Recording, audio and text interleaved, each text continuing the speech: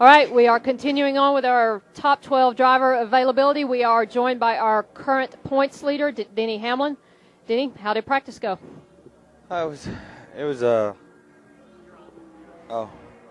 okay. We didn't have the speed that we wanted, obviously, but for some, we got to figure it out. I think we'll be okay. We just didn't spend a whole lot of time. We only made 2 qualifying runs, and that's probably why we were so far down the sheet. 10-4. Questions for Denny. Need to see your hands. Let's start right here with Mark Armijo.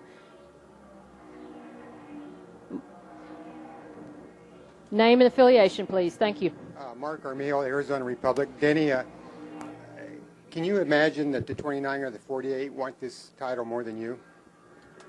Well, I can. I think that we all want it equally as bad. I mean, you could possibly make an argument that the 11 and the 29 probably maybe want it more than the 48 simply because we're going for the first championship. But, I know I want it pretty bad, and I'm sure their desire is probably just as high. I mean, we're all of us are basically from the same blood. We all have the same racing blood in us, so the competitiveness doesn't really change driver to driver. Bruce has the next question.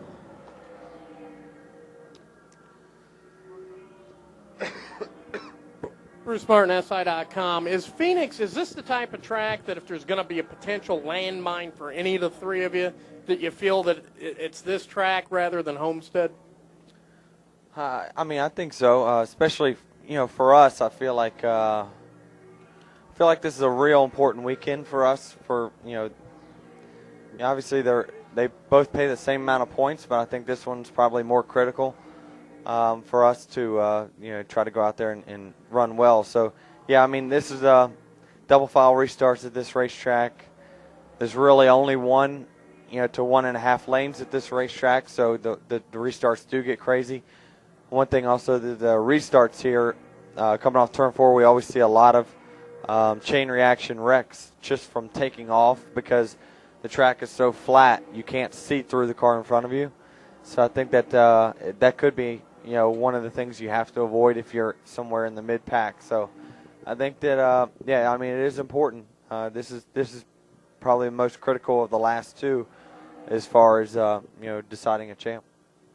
Tom Jensen, Lee Spencer, and then David Caravello. Hi, Denny. Tom Jensen, Speed.com. Other side. Since the chase format was adopted in 2004, no one's come from any place other than first with 2 races to go to win. Do you think about that? Does that give you any extra level of comfort going into the race? Whoever's been the leader coming into this race has won every chase. Were you aware of that? Well, they also hadn't had it as tight as what it is now. I think the reason is because the leader with 2 to go really has had probably a decent lead. Been closer? Well, that's good. That's good for me. I don't know. I really try not to think into stats too much because I know stats are very misleading at times. You look at average finishes at racetracks, it's very, very misleading. Especially in my career because I've only raced a few years. One bad finish drags everything down. As well as all these rest of these guys who's only been around 10 years. So it's really hard to think about. All I really can think about is how people are running at that specific time. I think that overcomes any stats that may have happened in the past. So right now, I don't think of it as us having a lead. It's more of it's a level playing field coming to a track that really those 2 guys have probably had a better record and lately on these type of racetracks have run better. Lee Spencer, Fox Sports. What did you do this past week to relax? And, do you stand by the stuff that Mike Ford was saying on Sunday? Yeah, I mean, I just took it easy, basically. I haven't really done much. I ended up getting sick in Victory Lane last week, getting doused with champagne. And one of the negative parts about it, in a freezing cold Victory Lane, but just been, really haven't thought about the chase at all. I mean, not until I get to a racetrack on Friday do I really think about it, for the most part.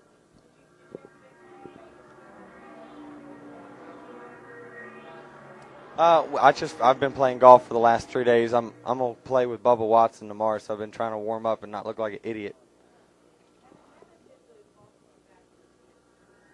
I hear. David Caravella. David Caravella, NASCAR.com. Denny, obviously we're in Phoenix, but you've been so good at Homestead. I mean, is that in the back of your mind, knowing that you have kind of an ace in the hole there, and does that play into your strategy at all going forward? That's why I think it's very important for us. This weekend is very important. I feel like next week, based off of performance, we can hold our own. And so this week is very important to make sure we leave here with a lead. Jay Hart. Jay Hart, Yahoo Sports. Talking about the confidence that you have at Homestead, obviously with the win, your confidence there. But how are you feeling about this race? Are you nervous at all about this particular race because knowing, what's on the line, obviously? I'm really not. I only get nervous at times. There's only certain moments in which I, think about it too much, and when I do think about it too much is when I get to thinking about everything that could possibly happen. I'm more excited for the possibilities than I am nervous that we'll end up faltering and not winning it, to be honest with you. So I think that we have a great opportunity here to do some great things. We just just hope that things that we can't control go well for us, and that's all we can really hope for. Dave Coleman. Dave Coleman, Milwaukee Journal-Sentinel.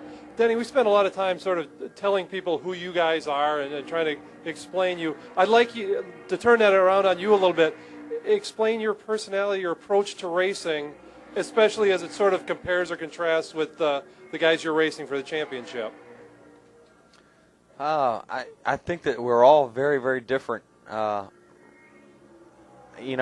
think at times, I'd say probably Kevin's probably the most aggressive at times. I think that I'm probably in between, and Jimmy's probably the least amount, if I could guess, or maybe me and him are switched. I really don't know, but I think we all have very, very different driving styles, but they've all worked for us in the past. So it's, for me, I feel like I've done a really good job of keeping my relationships on the racetrack really, really good. I really make sure that I don't, cause any trouble with guys on the racetrack, and I feel like that's really gone a long way for me in my career of having the successful career, is because I haven't really had, caused a lot of wrecks and things like that.